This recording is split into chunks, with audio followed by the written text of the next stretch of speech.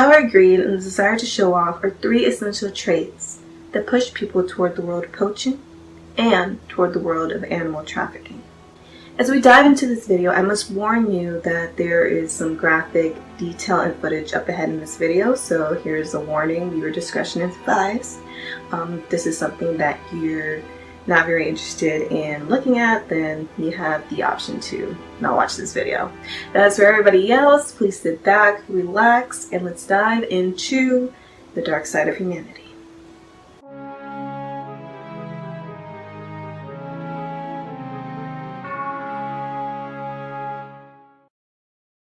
You may or may not have heard of the first animal I'm about to mention. It is the most trafficked mammal in the world. Ladies and gentlemen, I present to you the pangolin. Pangolins are mammals that many people do not even know exist. They are nocturnal and reclusive animals. These are interesting creatures with long tongues, sharp scales, and long claws that all serve a purpose for their survival. They use their long sticky tongues to eat ants and termites, their claws to dig up their food, and they use their scales as a defense mechanism against predators. A pangolin's scales are made of keratin, like our nails and hair are made of. So whenever they feel threatened, they will curl up into a ball, and because of this, predators such as lions can't hurt them due to the toughness of their scales. These animals thrive in Africa and in East Asia, and in total have 8 different species within their group. The 4 species that live in Africa are the black-bellied pangolin, white-bellied pangolin, giant ground pangolin, and Timix ground pangolin. The 4 species found in Asia are the Philippine pangolin, Sunda pangolin, and the Chinese pangolin. Sadly, the number of pangolins has declined in Asia, so now poachers are heading towards Africa, where the Timix ground pangolin can be found. Pangolins have been trafficked to either be sold as bushmeat or for medical purposes. The scales are supposedly good to use for medicine, and traditionally can cure almost anything, such as headaches, menstrual cramps, arthritis, and some people believe it can even cure cancer. Many people believe that the scales can cure them. They believe that the scales will heal almost anything, and because of this demand, the trafficking of this animal is still ongoing.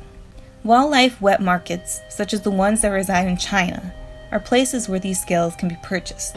Pangolin meat is also seen as a delicacy in China, and in most restaurants you can order a pangolin, and within 15 minutes they can have a live pangolin brought from somewhere to the restaurant and have it killed in front of you so you can see that it's fresh meat. There have been bans and laws that were made to protect wildlife, such as the pangolins.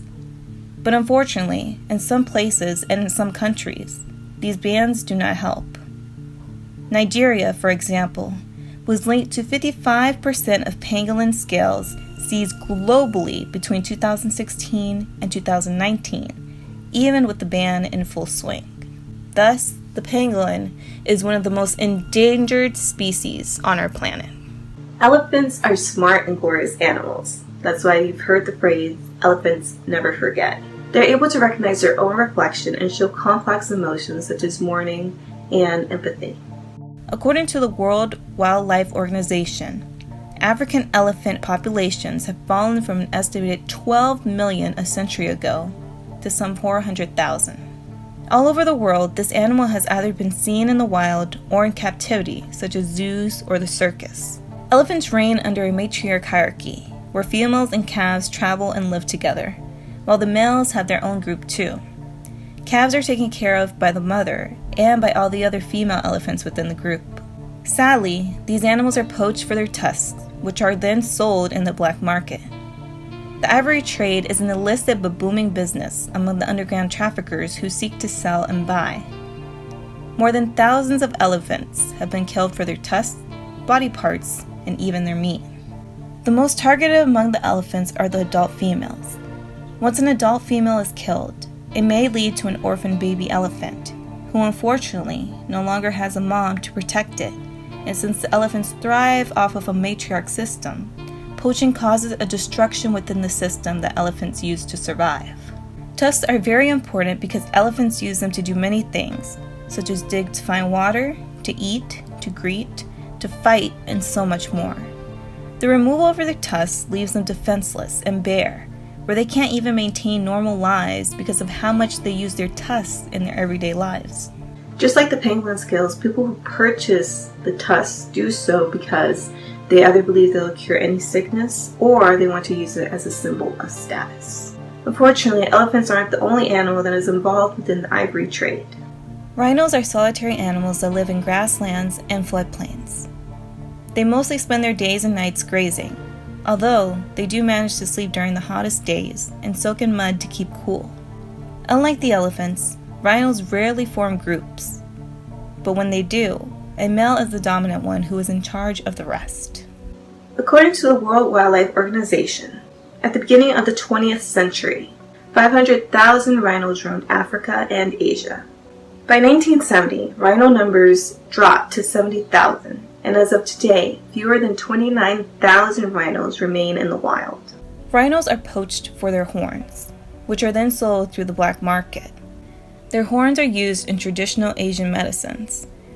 But as of today, there are no real scientific facts that back up the claim that they work. Just like the pangolins and the elephants, the rhino's horn is made of keratin. And just like the elephant's tusk, rhino horns are used as a symbol of wealth or success.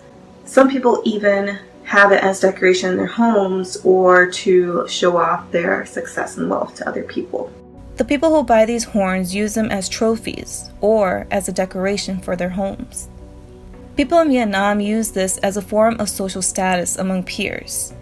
People in Vietnam believe that rhino horn is used as medicine, aphrodisiac, and can even cure hangovers. These beliefs are what drive the demand for more and what keep the poachers in business. Many of the poachers are people at the bottom of the trade. They are the ones who hunt down the animals and then give them off to the traders. Many of them do this in order to bring money home and make sure their families have food and the necessities that they need to survive. Although, this is not true for everyone who poaches animals. There are people who do it for the sport, to take pictures of their capture, or to flaunt their trophies to the world. Many would say it's survival of the fittest, or that's just how the animal kingdom works. But for many others, there is no need to kill these animals for profit or for sport. I remember when I first learned about the ivory trade, I had come across a documentary, I think it was called The Ivory Trade or something like that. And I remember the first scene was of poachers hunting down a rhino, and then once they had it down, they were cutting off the horn. And I remember after that scene, I just couldn't see it anymore because it just made me feel so upset and so disgusted with how people can do this to an animal. Years later, I was able to come across another documentary series called Trafficked, which I found on Netflix. And it is about a journalist who goes around the world and documents the different kinds of trafficking that happen, and one of them being animal trafficking. And she had two different episodes about the penguins and also about the ivory trade. And I remember seeing those episodes and just feeling very repulsed and upset that this was actually happening, and it's still happening as of today. And I remember after this documentary, I just kept reading and learning more about animal trafficking, about pangolins, which I hadn't heard about until I actually watched this documentary series.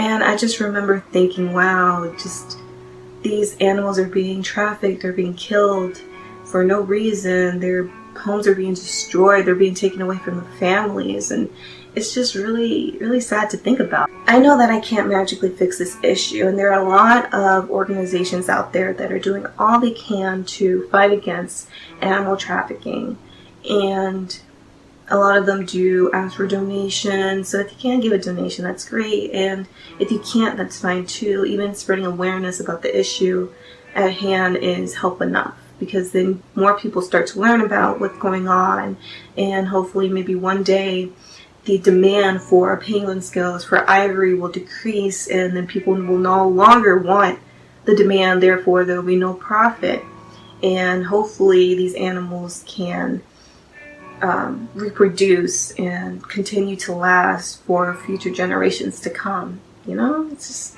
you want to see an elephant or a rhino or a penguin, you don't want to take that away from future generations.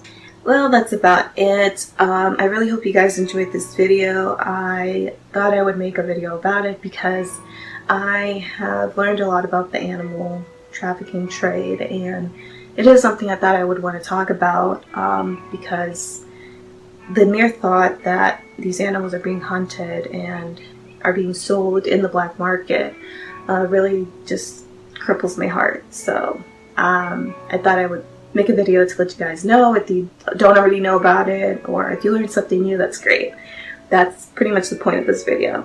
I'm sorry for the lack of lighting, the lack of professionalism. I'm actually recording on my phone because I use my sister's camera to record and her batteries are just being really dumb.